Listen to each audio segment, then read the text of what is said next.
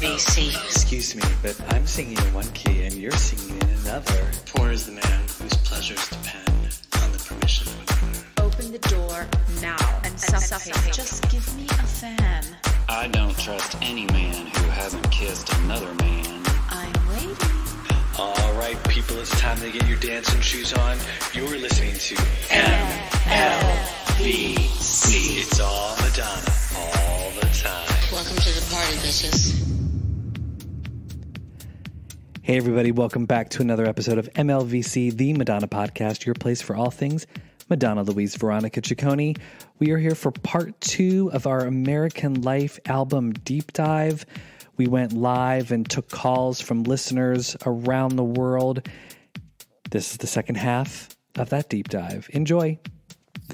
All right, let's move on. Let's go to Nothing Fails, and that's a Liberty spectacular. Oh my gosh. Well, I have a couple little stories, just stories really, because the song really, there's not much to say as far as nothing I say can give justice to how absolutely beautiful this song is. I know that it's a co-write with Jem and Guy Sigsworth, but who we've had on the podcast. Who you've had on the podcast. I mean, what a blessing. Amazing, amazing, amazing stories. But, you know, first I'll say this was probably when I got my little dirty hands on that record, this was the song I played the most because at the time, and I mentioned this at the top of the podcast, I had been living in France. I fell in love in France, but with my now husband. At the time, he was from Germany. I'm from America. And I wasn't sure, how we could do this. I wasn't sure if it was worth it. I'm going to say also we both had, I had broken up with my boyfriend, but he had a girlfriend at the time. And I just, kept thinking to myself, like, this is just a waste of both of our time. Until I heard this song, and it was like, actually, love is worth it. It doesn't really matter, the things you have to go through for it. Nothing fails. All of those things matter. All of those things are important, and all of those big heartbreaks are worth it. Mm-hmm. Later, I incorporated the phrase when I went to see the Reinvention tour. At the time, this was when, the politics was really starting to get hot, especially where, I don't want to go see Madonna and hear all these politics and stuff. And so I said, you know what? Okay, I'm going to make a T-shirt that says, "Nothing fails, vote against Bush," because I was so, hell-bent on I had to use something of, Madonna's lyrics. That was my favorite song at the time, and it meant a big deal to me. Well, can I ask a quick question about Sure. Nothing Fails? So I don't know if anyone else has felt this way, but so are you assuming she's writing this about a man she's in love with? Yeah, initially that was what I believed. Because, and the only reason I say this, and I don't know if anyone else has ever felt this way, when I heard this song, I always thought this was a song about Rocco. Well, I feel that that's the beauty of many Madonna songs, is that there isn't necessarily just the one way to look at it. Mm-hmm. And it could be, because I never thought of, for example, Intervention, which we'll get to next, in terms of a song for Rocco. Right, exactly. But it worked so well when that was all coming sort of to the forefront. Mm-hmm. I've always thought Nothing Fails, and it's because, we know that the song came to her mostly written by Jem and Guy Sigsworth, and that she added some stuff, but the way she performs it, and the whole I'm not religious, but I feel so moved, I feel like that's very Kabbalah, Guy Ritchie. Okay, that makes sense.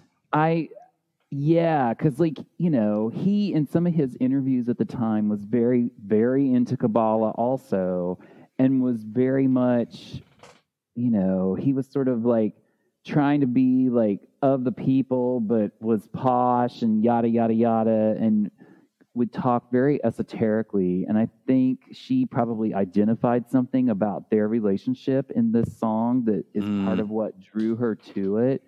I mean, because you can listen to their original demo. Obviously, you guys talked about it in that episode with Guy, and you can listen to that demo on YouTube, and then you listen to her version on the album. You're like, oh wow, she got that song more than the people who like wrote the first draft. Like, Right. And that, let me tell you something. As a writer, like when someone can edit your work and like unlock it that way, that is so insane and just a talent into of and beyond itself. Like it's so crazy that she was able to take what they created and turn it into that. Like Yes. yeah. Well, let me tell you, our very own Liberty King on this show is a wizard in the same way, because there are songs that her and I have worked on where I produce the music track and I am at a loss for what lyrics and what tone and what the song should sound like. And I send it to her and she comes back and it's a full blown song. And I'm like, how did you do that? Like she channels the spirit. I learned from Madonna because I mean, I always wrote, all my life, like thinking I was a poet until my poetry teacher said, perhaps you've heard of Stevie Nicks. And I was like, oh, I should be writing songs is what you're saying. But I didn't know anything about music. Well, you do now. So, let me tell you. Yeah. But it's a testament to, I think, Madonna's musicianship, but also her genius. It's just, we can say all day like, oh, well, this has got Mirwais all over it. But I don't know. I feel that there's so much Madonna in there that there's blurred lines, so to speak. Yeah. Well, this was also, I think, with Nothing Fails, it was, again, I've read this online. A lot of people can say it's like a sister to like a prayer. I think because there's a choir. Maybe the choir, but it's sort of like anthemic in that way. But I think that's the only way it's a sister song. Exactly. Like I think otherwise, like, tonal wise, and like it doesn't sound anything like it. I love the swell.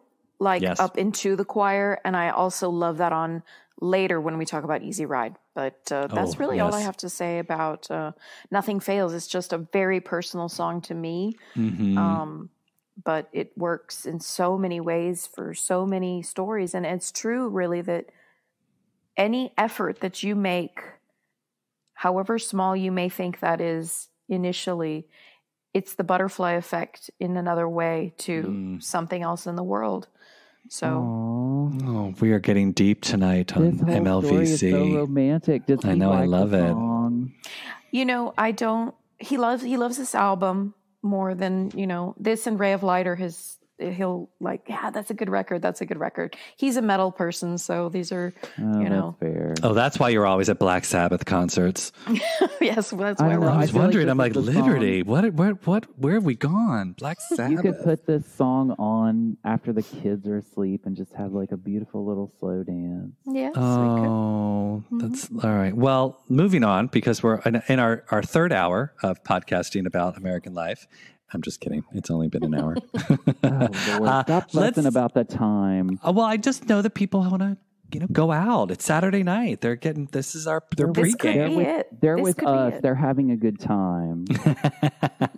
Like what is not to enjoy? Correct. Okay, so up next we've got Intervention, which we kind of talked about a little bit earlier, and so we've established, because she did this in interview. She said she wrote it for Rocco, and it was sort of like, Lourdes got Little Star, Rocco got Intervention. I love Little Star, but Rocco got the better deal in this one. Because this song is so tight and it is so wonderfully constructed. I could have thrown rocks at the entire Billboard office. I had to resist going to Keith Caulfield's Instagram to like post negative comments about that that ranking that Billboard posted and put Intervention so low. I was like, what? No. That ranking was all over the place. I mean, I can't I just don't understand what they were doing with that. Like some of it was just bizarre. I don't think that person even listened to the record. No. Thank you for bringing that up, because I do have to say, if you listen to the tone I know that, we're reading into a tone because it's written word. You don't really hear it, a vocal tone. But the way that they talk about that album, they're not a Madonna fan. I don't know. I don't know who. Somebody was tasked to write that article recently, and they are not a Madonna fan because the way they talk about her is nasty. In that, like, it's sort of like we're going to talk about somebody who's doing an album, but like it's such backhanded slaps to her. It's just not fair. It was clickbait writing for sure. I mean, especially because on Intervention, okay, first of all, song for Rocco, amazing vocals, and I'm not going to lie, when the music started, I will never forget this. The music started, like Matt, I first listened to American Life in the car, and this song comes on, and I was like, wait, what? Did the CD player skip? Is this a Red Hot Chili Peppers record? Like, what is going on? And then she starts to sing, and I'm like, holy crap. And this is one of those songs that has like the Kabbalah vibes to it without having obvious Kabbalah vibes. And you kind of see how it had like a really positive influence on both her art and her person. I just, when she started singing this, because, and so when she sings Mother and Father and it cuts to Intervention in the tour, she's on the side of the stage that I was on. I literally was at her feet when she sang Mother and Father and Intervention. And when she left Mother and Father and went to Intervention, my girlfriend and I, that I took with me, we just started crying because she sounded so beautiful. And my friend was like, wait, this is the song for Rocco. And like people were just crying. And you know what? I never sort of understood why she would weave those two songs together. But it makes sense that here she's talking mother and father. And then she's talking about, it's a family song. Yeah, she's relating like her past relationship with her parents to this relationship with the child who's probably the most like her, a fellow Leo. Like a Leo situation. And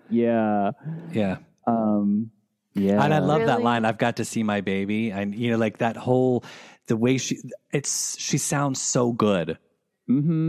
It's right in the best pocket of her voice that she has. Just so fantastic. Hold on, I think we're going to take a caller, but go ahead, Liberty. Cool. Go ahead. I was just going to say, when I think about this with Tears of a Clown and all of what was happening with Rocco at that time, and at the time I remember thinking like there's only a mother would dress like a clown in front of the whole world for her baby. Yeah. How you running with MLVC? Who's this? Hi, Stefan. This is Raphael. How are you? Hello, Raphael. Hi, Welcome Raphael. to the evening edition. Thank you. I actually am not a Monday through Friday kind of guy, so I'm always working when you guys do this on Saturdays. So I'm happy to be here. Oh, yay. That's exciting. Fun Where are fact, you my calling husband's from? name's Raphael, so. I usually say I can't take any credit for it, From where are you calling us, Raphael? I live in Orlando, Florida, and I'm going to say that Jack kind of stole my thunder. He, you were going to try and do the rap, huh? No, gosh, no. I don't want this recorded. I started, fun fact, I bought a bootleg version of music for a cousin of mine, and she used to be a dancer, and I never went to her birthday party, so I kept a CD. This was my first introduction to Madonna. And so when American Life came out, I was like, oh, this sounds a lot like music, but like a different vibe, a different style. And I lived in Brazil at the time, and the rap is actually what got me into this album, because I was determined to learn it, which I did, but I'm not going to do it. So I love American Life. Is one of my favorite albums of all time. So I'm jumping on the wagon here. Oh, excellent, excellent. Well, Raphael, stick around with us because Liberty's about to talk about Ecstatic Process. Yeah, I mean, it's one of the most beloved fan beloved, let's say, ballads.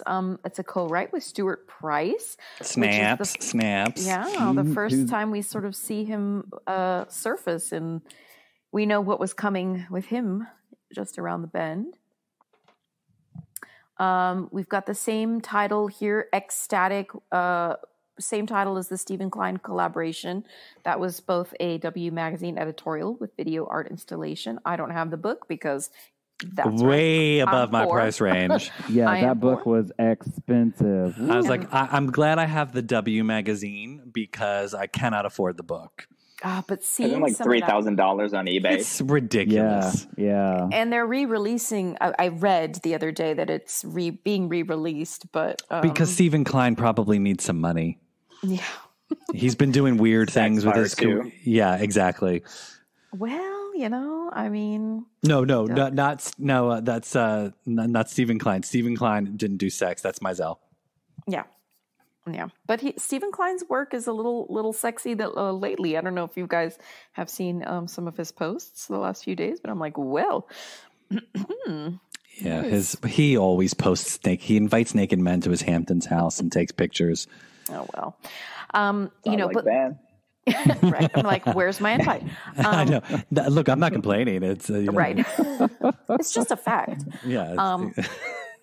The footage, though, that some of that footage, when you see that footage and you feel that reverberating bass in the Reinvention tour, which if I actually saw it in Florida, that feeling of the floor shaking with the imagery of her in that red Christian LaCroix, it's LaCroix, right? I think, gown. And you're like, oh my gosh, like I am in for a life-changing experience. I love this song. Personally, it's a lot of people think it's a little flat lyrically, or like, yeah, right, like, you know, you don't think of yourself as beautiful or whatever. She's got beautiful harmonies and melodies on that song. Oh, excellent yeah. layering. This Yes. was the one. This was when I was considering making some covers.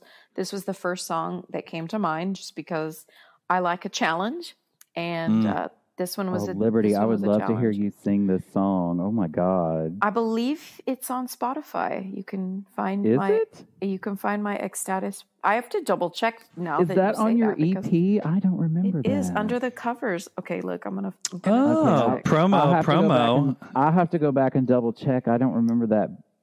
But you know, Spotify is so weird. There's like, I don't Well, know. it's- Anyway, that's a sidebar about Hey, yes, Spotify. it was, and all the yeah. weird versions. Blech, I'll check whatever. later, because the thing is that it is not available to like put as an Instagram audio. You know, like you can add over Right. We can't story. add it to Yeah, our yeah, stories, but you can Yeah, stream yeah, the yeah. song. Yeah, we got it. Right. Raphael, tell us since we're on Ecstatic, do you like Ecstatic Process, or is there a favorite song that you have on the album?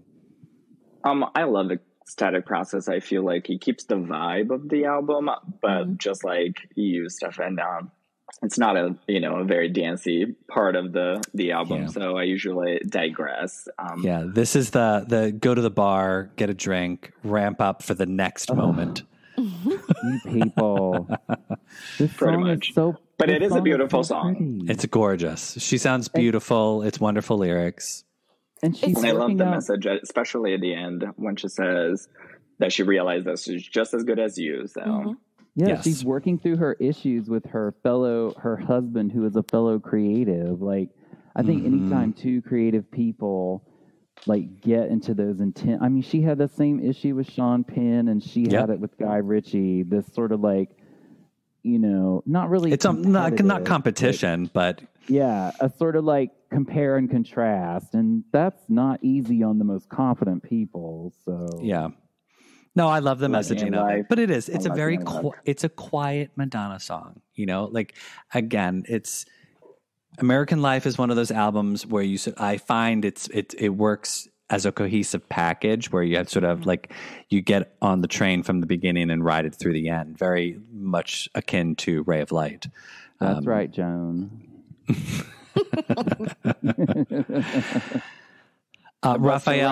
Raphael, before we let you go, are you seeing Celebration? I am. I'm actually seeing it 4 times. I'm seeing it in Nice. Seattle. The first night in Seattle, which is technically the second night of the tour, I believe. Yes. Hopefully she doesn't cancel it. And then I'm seeing... Fingers crossed. Right. And then I'm seeing her in Boston. I'm taking my parents to go see her. Oh, first fun. time that they'll see her. And then twice here in Florida. So Miami and Tampa. Nice. For now, those are all the shows that you're seeing for now. I don't think my bank account can afford anymore, so Yeah. can barely afford any of these. Yeah, right.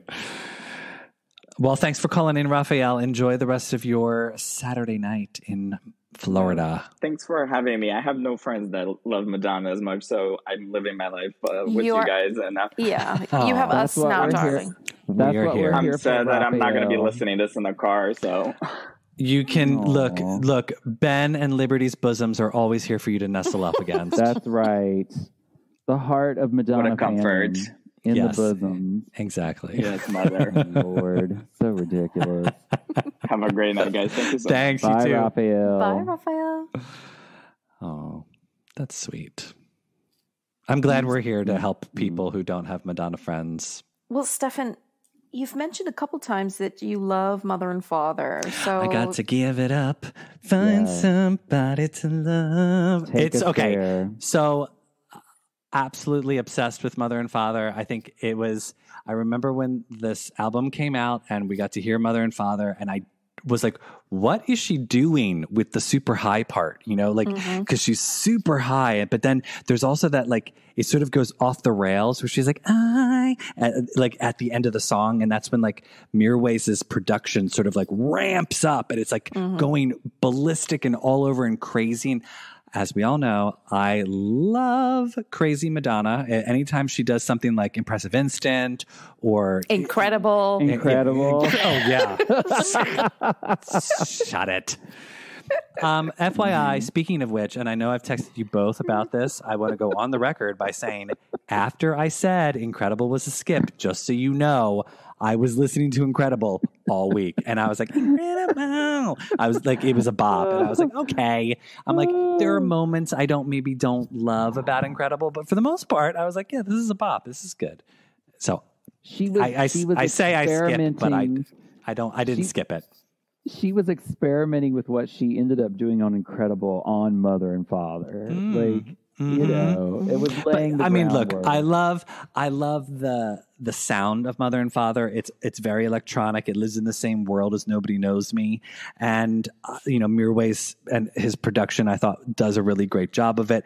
What I loved was, and I think again, Rolling Stone or Billboard, I forget who it was that wrote about when they reviewed it, where they thought the rap in American Life failed a little bit. They felt Madonna rapping in Mother and Father was exquisite. And I'm not going to compare the two raps because I think they're different intentions and different devices that she's using in the song.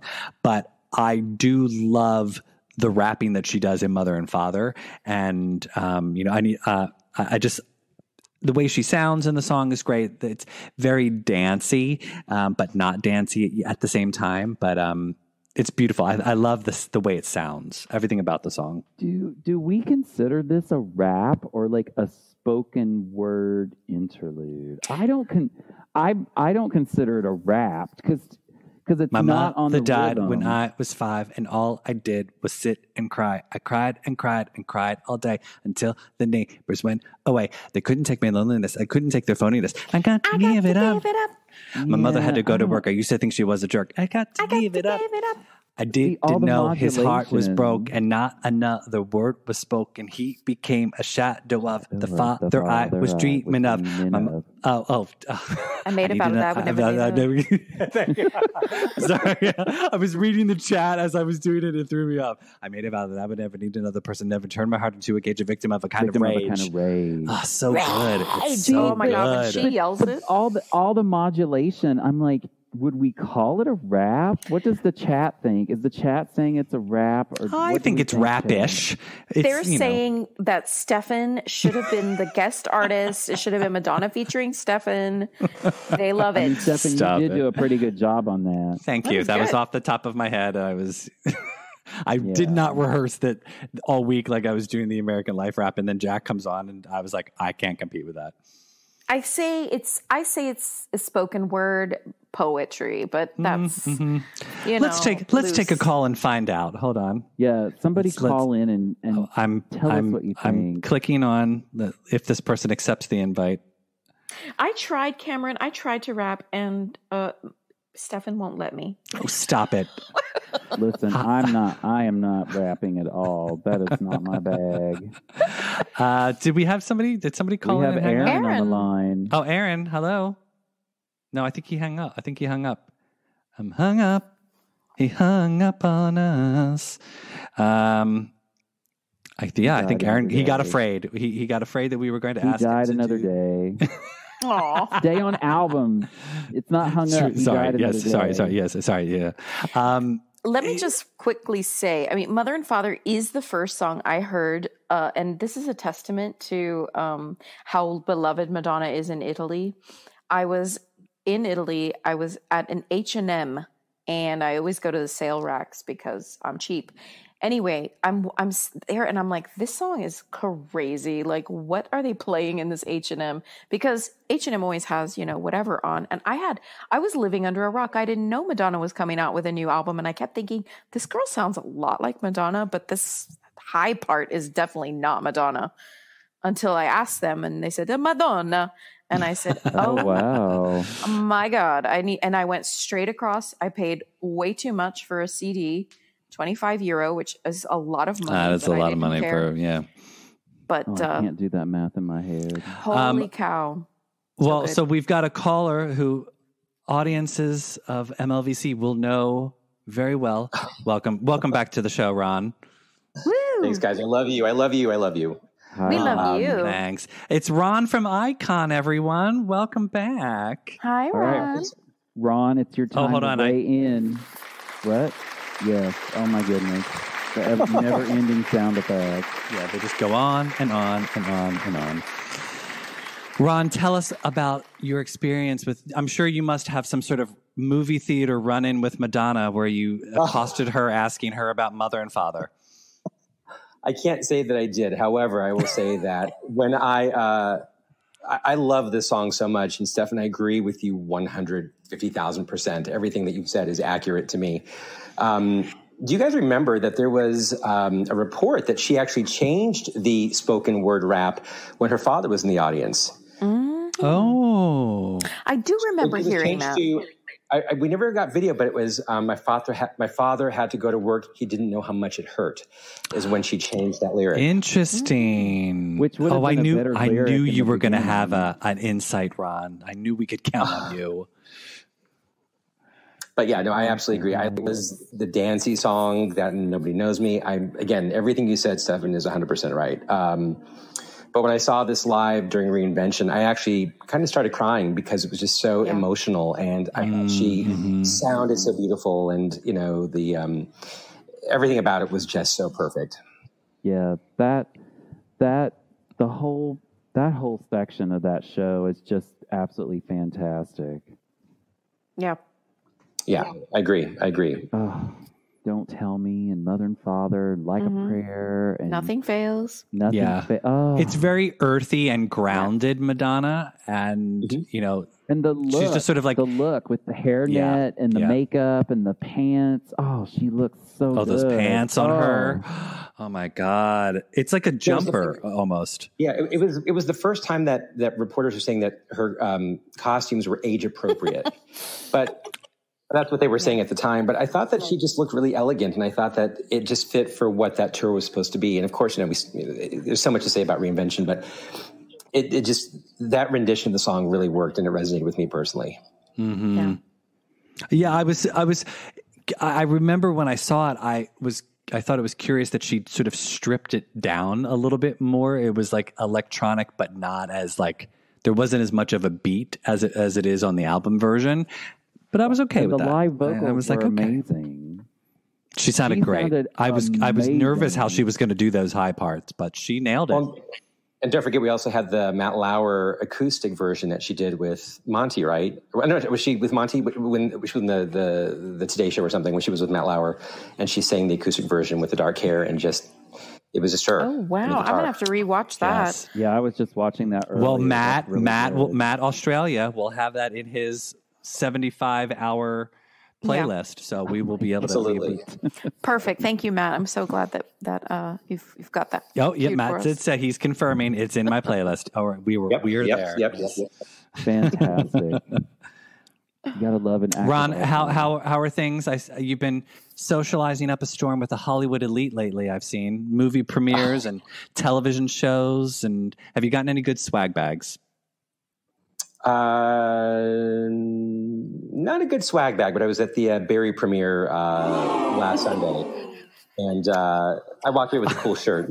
And, so it's part of the job that I have. Oh, that's fun. Oh, I love that. I love that there's an echo. I love Barry's a great show. It is. But I do want to say one thing to you guys. I want to really thank you so much for allowing me to share my stories. I've connected with so many fans from around the world, and everyone was so appreciative and nice. And you know that our fans can be mean and cruel. And in this particular case, the abundance of support and love that I received was really just incredible. So thank you so much for the opportunity. That's great. so No, awesome. we loved having you on the show, and I'm glad that people loved your episode. People were loving the stories. Thank you. But like I said, what was the best part was just meeting the people, and I've made some really good friends already. And the music does bring people together, and I'm so glad that your podcast does the same. Thanks, Ron. Amen to that. Ron. So I know it's a labor of love, and I know everyone listening loves you, and I am in that boat as well. We're gonna have to write another song. We love Ron. Oh, you guys. Ron, thank you for calling in. Of course. And thank you for having this Saturday night live podcast. It gave me something to do, so I appreciate it. Awesome. See you later, Ron. That's good, guys. Thanks so much. Bye. Oh, we're missing in the chat. They're talking about the MTV promo show for American Life, the On Stage and On the Record, which Matt mentioned earlier. I believe it was Matt that mentioned it earlier. It was so good. That was I'd forgotten that we hadn't heard Like a Prayer in that long. That was so crazy. I was surprised by that fact too. I know it's weird to think that because now it's the complete opposite. Right. It's like every show. There's not a moment. Yeah, every show. It's like the candy shop of the 80s. It really was. It's so but then you think recognizable. about she didn't do it on girly shows, so it was 1990 to 2003. Right. It wasn't on Girly Show. It wasn't on Drown Drown World World. Tour. It wouldn't have fit in Drown World. There was nowhere for it to It go. would not. No. It's a very different vibe. Absolutely. All right. Well, we're down to our last two tracks, and the next one is Die. All right, Another I Day. think we're gonna try Aaron again. Oh, is he getting in? I don't know. If he hangs up, he's definitely dying another day because Aaron, are you there? Ben, is this your Aaron? No. Because if it is, just reach over and slap him. No, he's over there doing homework. Leave him alone. All right. Well, Aaron, we love you, but we can't seem to connect with you. So I don't know if you need to update your Podbean or Aaron, what. a tip: if you're on any kind of Bluetooth, it won't work. The audio won't come through. So just in case maybe you've that's got it what on it your AirPods is. or something too. That's it. All right. Well, Aaron, sorry. Well, he can try again doesn't while look we like- move on to Die Another Day. Which, Yeah, and let's talk about that one because well, it's an interesting because it was sort of technically the first single from the album, even though we didn't know the album was coming at the time. So, a lot of big firsts for Madonna. I mean, it was her first and thus so far only James Bond theme, and it was released, I can't do math. September to April, so like 7 months before the album came out. A top 10 hit, huge in the clubs. I will never forget the first time I heard it. I was in, speaking of Raphael from earlier, I was in Orlando, Florida with a whole bunch of gays, and we were about to go to Universal Studios, and we were in the house, and the local radio station debuted it, and literally everybody started dancing, and then later that night, we were at Parliament House, RIP, and the DJ already had a remix and was like blasted it like 6 or 7 times that night, and we just like were dancing all night to that song. It's probably one of my favorite ever like first days of a Madonna song being out. It was so insane.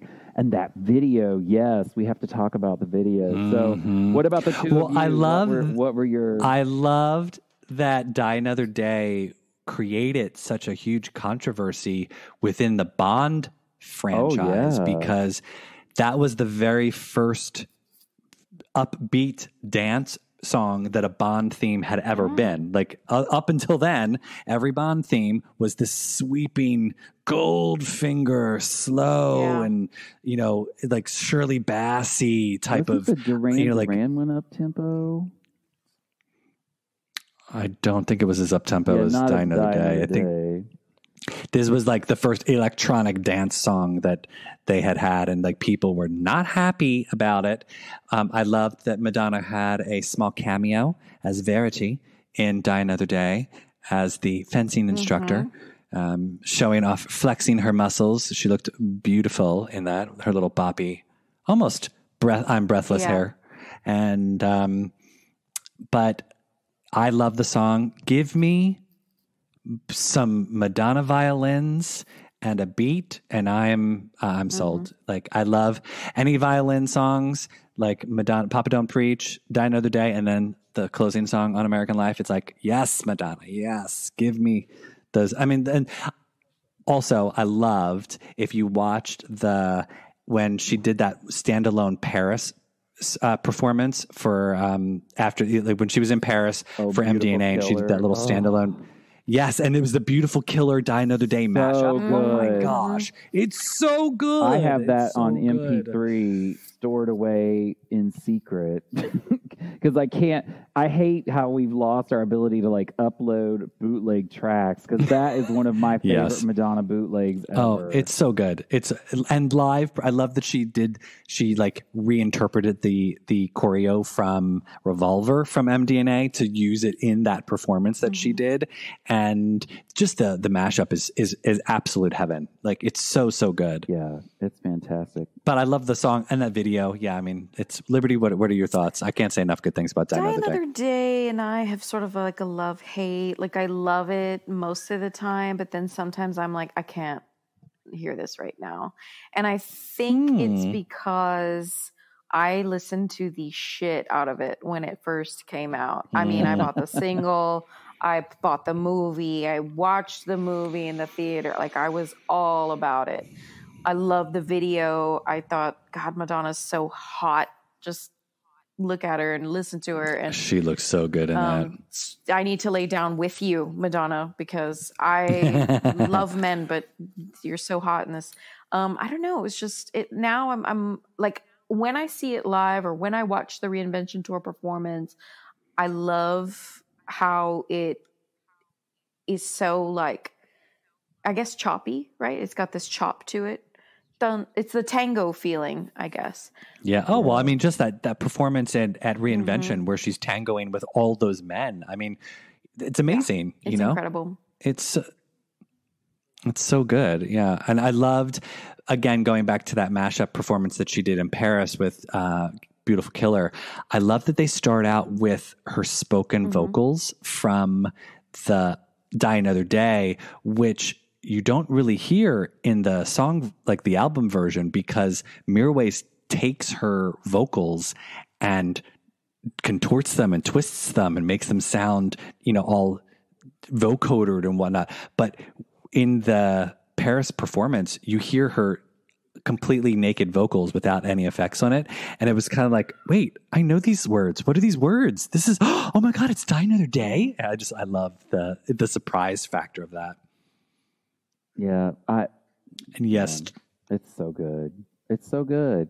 I thought it totally worked as a Bond song. I mean, we'd had Garbage had done the one before that. So, like, how was it that big of a leap to have Madonna do it? Yeah.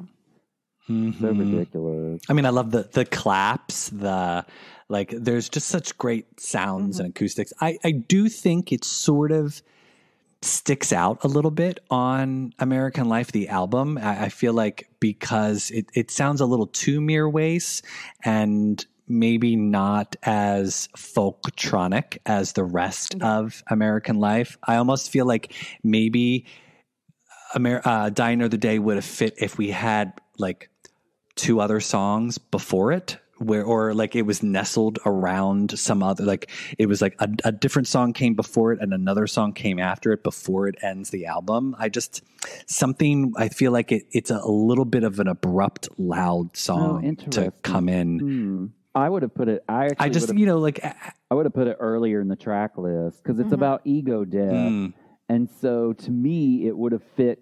It's in the same vein as Nobody Knows Me. Like they're like sister songs, and so I kind of would have liked them like a little closer together. I felt like it was closing the loop on it thematically, but yeah. But I think they needed something between Mother and Father and Easy Ride, so maybe she moved it there. Yeah. I think because you could sort of, I mean, I guess it was part of the same writing session as the album, but I felt like it stuck out a little bit more. That's fair. Yeah. But shall we take one more caller? Yeah, let's do one more call for Die Another Day and Easy Ride, and then we'll... Oh, somebody was, all right, well, that person just jumped right in, so... Hi, you're on with MLVC. Who's this? Hey, how you guys doing, man? My name's Boogie Nights. Oh, hey, Boogie. Boogie Nights, welcome to the show. Where are you calling from? I'm from Fort Wayne, Indiana. Oh, fun. Where are you guys from? All over. We're the world of Madonna. Oh, awesome. No, absolutely. Pardon my language. I don't know the protocol. We're okay with it because Madonna says a lot of bad words, so it's fine. Okay. All right. So anyway, I'm a comedian, actor, yada, yada, yada. And what are your thoughts on Die Another Day? On what? On Madonna? Well, that's a song Madonna made. Yeah, called Die Another Day. It was a James Bond theme. I know, and it's kind of like Metallica came out with their new album, and I know you're not mixing it with but it just seems old. I mean, Don't Cry for Me and things like that. I miss young Madonna. Oh, young Madonna. Oh. Well, unfortunately, we're here to talk about Madonna from American Life, so... Oh. We're talking about middle-aged Madonna at this time. Yep, middle-aged. Yeah. we're still talking about the same Madonna, though, right? Yes, but we're sort of focusing specifically on the American Life album, which came out 20 years ago. And I'm so apologetic. That's all right. I remember... Well, thanks for calling in. We appreciate it. All right, let's take somebody who is an American Life Madonna fan. Can we take another caller? Aaron was trying. Maybe the third time. I know, Aaron. All right, here we go. We'll try it one more time. Aaron, are you there? Living for this hijacking. Yeah, no, we don't. We not on my show. Aaron, come on. Oh, no. Put it on speakerphone, Aaron. That'll make it work. Yeah, I have no idea, Ron. I have no idea where we just went with that. So to answer Ron's question, I discovered that people literally will go on and look for what's live, Podbean and look for live shows and just go through. I see. That's literally like a thing. That was cringe. Yes, I knew that was going off the rails the moment he said his name. I was like, oh, and here we go. That's okay, right. Boogie. No worries, Boogie. Are we editing Boogie out? I don't know. Why would we? No, we want Boogie to be a fan. Exactly. It's a live show. He's got to tune in for the rest of the show and develop his fandom. All right, we're not getting Aaron. So, Aaron driving me up a wall. Stefan, you might as well move on to Easy Ride and start getting this wrapped up. Yes. Darn. I'm so thrown off right now. Easy Ride. All last track on Easy the album. Ride. Okay, so first of all, like I was saying, if we can have violins on a show, if we can have violins on a Madonna song, I'm so thrown off. Easy Ride is amazing. I've said it before on this program, and I'll say it again. It's one of my favorite closer songs on a Madonna album. I just think it's perfect. Although Billboard didn't seem to think it was and put it at the bottom of their list. And I was like, Easy Ride, in my mind, is like in the top 5 of my favorite songs off this album. So I just love the sort of circular like motion of the lyrics and how we come back to things and how it keeps going on and on and on.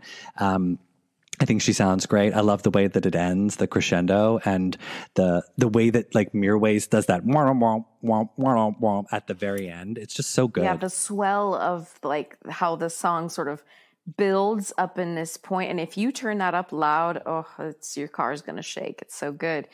One thing I want to mention is this is a Monty co-write. I believe this is the first time he wrote a song with her. And maybe the only, I'm not sure if he did others, but when I took lessons, Monty gave me this song to learn. He sort of did it purposefully because there was a specific musical thing that happens in the song, which he was trying to teach me at that time. But yeah, so if you guys ever decide to take some guitar lessons with Monty, he's an excellent teacher. It's a little expensive. I'm not going to lie. That's why I don't do it now. But he's such a good teacher, and he will oblige. I didn't ask for a Madonna song, but he gave it to me. And there is somewhere a video of me playing it. I've got to dig that up somewhere in my Instagram. But yeah, I love that song. Ben, what do you think about Easy Ride? I put in the chat that to me it feels like Gone's Worldly Auntie. I actually have to say, if I were held down and forced to pick my least beloved track on the album, it would be Easy Ride. Oh, I know, which is surprising. I'm not a huge fan of like the sort of the circle metaphor in the lyrics, and this is my writer side popping out because Fan Me loves the song, but like I can't listen to it without thinking, "Ooh, I would really like to rewrite this." But that's interesting. Is it the lyrically you mean? Yeah, it doesn't. For me, it doesn't 100% land. See, but I think. Sorry. I was just going to say the melody and the production and the instrumentation, flawless. I love that she says, "I want to live forever." I feel like there's no truer lyric. I think that she really does want to live forever. And it gives such it's sort of a holistic look at who she is, because she will, right? In some, of course, her legend, she will be legendary for the rest of, I mean, she might not be with us in person, but her legacy will live on forever. And, but it's funny because as the human side of her, not the star side, the way you live on forever is having children and raising children. Doesn't necessarily mean that you have them, physically, but that you raise them and you sort of bring who you are into them and sort of put them out into the world, and in small ways those parts of you live on. So even in her human world, right, not her star world, but in those ways she wants to keep going. I don't know, it's to me it's all over this album, our lyrics. I'll just sort of summarize all over our lyrics that are so poignantly, like, they're vulnerable. They really expose who she who she really is, the star side versus the human side. That may also play a little bit into what people were a little bit turned off about, like, oh, we can't know Madonna as a human. She's beyond that. She's beyond the human, she's somebody that is untouchable, unreachable. I don't know if that's really an accurate presumption, but it's funny that you Ben, that you don't really like Easy Ride, because I've always loved that song. Like, that's been one of my favorite songs off the album. I don't like it. I'm saying if I could if I could sit with her for 10 minutes and be like, let's workshop these things, and I would switch up some of the lyrics. 'Cause, yeah. But to Liberty's point, it is a song about legacy. And it's interesting that after this song, then she goes, which is a discussion for another day, she goes into confessions, right, for all the reasons. Mm-hmm. But we know that there was the Hello Suckers project that was supposed to come next that never happened, yada, yada, yada. No, but I do agree with you, Steph, and Liberty, that it's a beautiful close to the record. Like it sort of completes the arc. Like the person that started in American Life and that we're with in Easy Ride, you're like, oh yeah, I get that journey. Like, Well, exactly. So Matt from Australia is bringing up where she talks about how she talks about her work ethic. She wants the good life, but she wants to work for it. I thought that was, to me, it's a very Madonna song. She's talking about, I feel like there's it's a very simple lyric song but at the same time, I feel like she's covering some very complex issues in a very succinct way, which, as we know, Madonna does very well. Simple, quote unquote, simple sounding songs, but still covering like complex issues, and, I don't know. I've always loved, again, the violins starting at the beginning of that song just draw me in. It's so sweeping. It's so orchestral and gorgeous, and then the contrast of the beauty of the orchestra compared with Mirwais' warbles towards the end and even her voice, her voice sounds very stripped. It's very bare. It's very, I love that if you listen on really good headsets, I love that they switch it from when she's singing the verses, it's very middle of the sound spectrum. And then when you hear the verses, it switches to she's on the left and the right at the same time. And it sort of fills it out a little bit more. So like production wise, and again, that's how my brain thinks, is I sometimes gloss over lyrics and am more tripped out over the production of the song. So Madonna's voice, although she's singing the lyrics, Madonna's voice is just another instrument in the production mix. So sometimes I'm not paying attention to what she's saying. It's more how she's singing it and how her voice is complemented alongside the music. And I guess that's why like Easy Ride from like a sonic perspective just sounds so gorgeous on all those levels, where like I'm okay with her sounding or singing simplistic lyrics because the rest of it is just so elevated and so epic in my mind. Anyway, that's my easy easy ride rant. I don't know if it's a rant as much as if it's a thesis. There you go. Yeah. But yeah, I'm not saying I don't like it. The second half of the song, I would want some different lyrics. It starts out so strong, and then it just sort of like, yeah. All right. Well, your job is to write the alternate verse. There you go. Easy ride.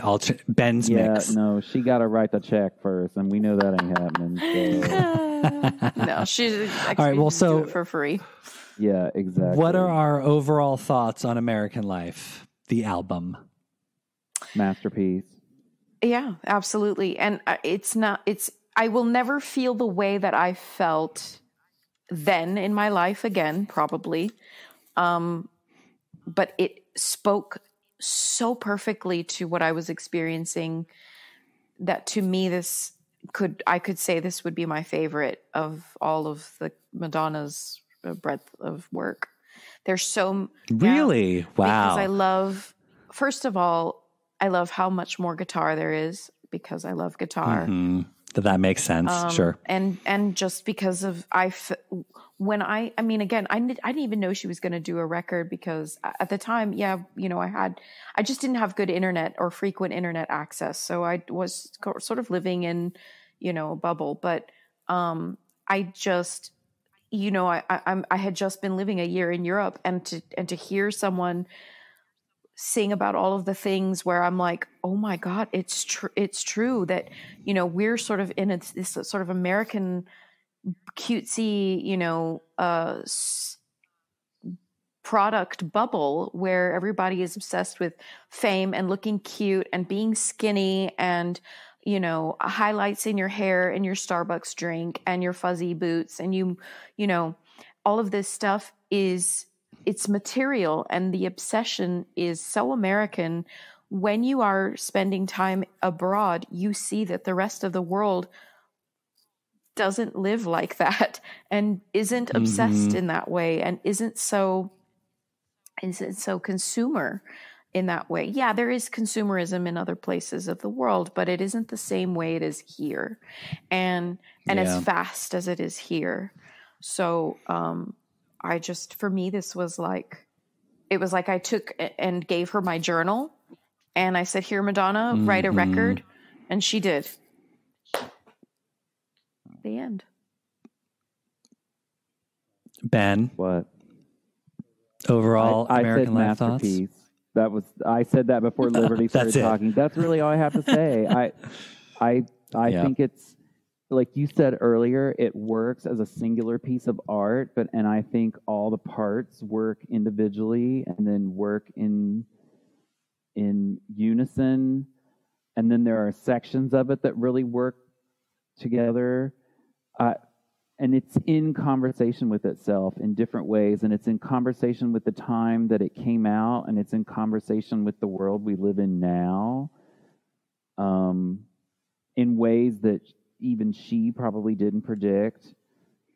Now, I'm not surprised that it's still relevant just because of what the time frame, what was going on in the world then and what's happening now. Like, you know, it's 2003, 2004 were the anti-gay marriage amendments and all that kind of stuff. And now we see what's going on in this country with all the legislation. Like, none of it surprises me that it was on the button then and it's on the button now. And that speaks to someone's ability to both be on the zeitgeist and really plug into culture. But I think she saw at that time we were in danger. Yeah. And I feel that there was a warning. And I feel like she's always done that to a certain extent. But it was like, okay, I think I need to be loud enough to put it on an entire album now, because they are not picking up this message. People are, you know, and I know that we go back a little bit and forth on this, like asleep, and I need to wake them up. But it feels like she could see that, you know, if this is the way that you guys keep going, that's going to only drive you to be further divided and to be further in that with that sort of film over your eyes where you're not really seeing how you're behaving and what you're doing. And I'm a victim of it myself because, you know, I lived in Europe, but I was like, I can't wait to get back to my car. I can't wait to get back, you know, to all of these little comforts and conveniences. Well, H&M, you said, you know, I mean, yeah. You were excited to go shopping. Yeah, fast fashion and all that stuff. Yeah. One never knows. I feel like we've reached a nice conclusion. I think we can skip our last couple of things. Yeah. Yeah, we had many more talking points, but I think we've summed up American Life. I mean, we could probably go on and on and on for the rest of the night, but thanks everyone for joining us tonight on our late night live show. Remember, you can find us on Instagram at MLVC Podcast. You can also donate to the podcast on Venmo. We're at MLVC Podcast. If you'd like, become a subscriber to this podcast, help keep the show going. patreon.podbean.com/MLVC Podcast. Ben, Liberty, thanks so much for this chat. It's always lovely to talk to you. Fantastic pleasure. Absolutely. I wouldn't miss it. All right. We'll see y'all next time. Bye, everybody. Bye.